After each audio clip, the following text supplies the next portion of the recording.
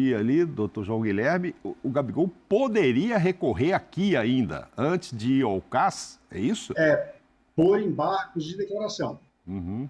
Mas aí seria para sanar eventual omissão, dúvida, contradição, para depois recorrer ao CAS.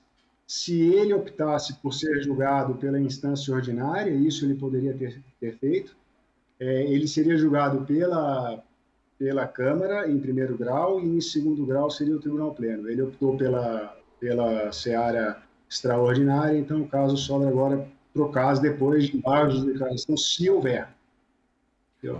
Ô, doutor, o senhor entende que essa pena é por causa da tentativa de burlar o teste?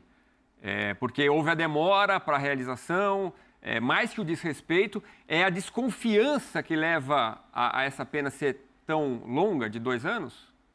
Não, a pena, se você parar para analisar, ela é a mínima, né?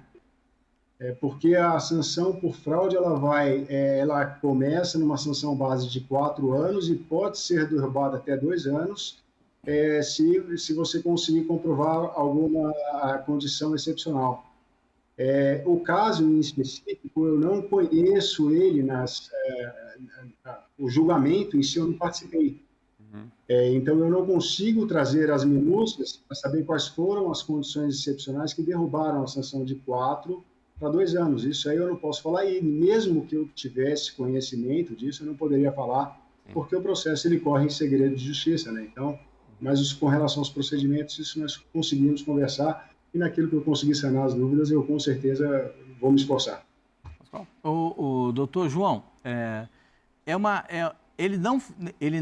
o exame foi feito e ele não foi pego no doping. Não existe doping para o Gabriel. Mas existe uma suspeita. A suspeita de que ele tenha dificultado ou tenha limitado ou tenha intimidado ou não tenha tratado bem as pessoas. Tudo isso pode levá-lo a uma pena dessa gravidade? O primeiro ponto aí que a gente precisa dar uma desmistificada na dopagem diz respeito a se é doping ou se não é, se é caso de uma infração à regra antidopagem ou não. O instinto, digamos assim, do ser humano já nos leva àquela posição de que é a presença ou o uso de uma substância que leva a pessoa a uma infração à regra antidopagem. Não. Nós temos 11 infrações que configuram a infração à regra antidopagem. Então, nós precisamos tomar muito cuidado com essa premissa. A fraude é uma infração à regra antidopagem, assim como a fuga também a cumplicidade também a administração de medicamentos de forma equivocada também é uma fraude, uma conduta contrária à ética e às sanções antidopagem. Então, nós precisamos tomar esse cuidado, esse zelo. E tendo isso em mente, nós temos aí caracterizados, se o tribunal assim decidiu, volto a dizer, não participei do julgamento, ainda que tenha trabalhado na denúncia, se foi caracterizada a fraude no processo pelo tribunal, o Gabigol ele cometeu uma infração à regra antidopagem. Isso precisa ficar muito claro.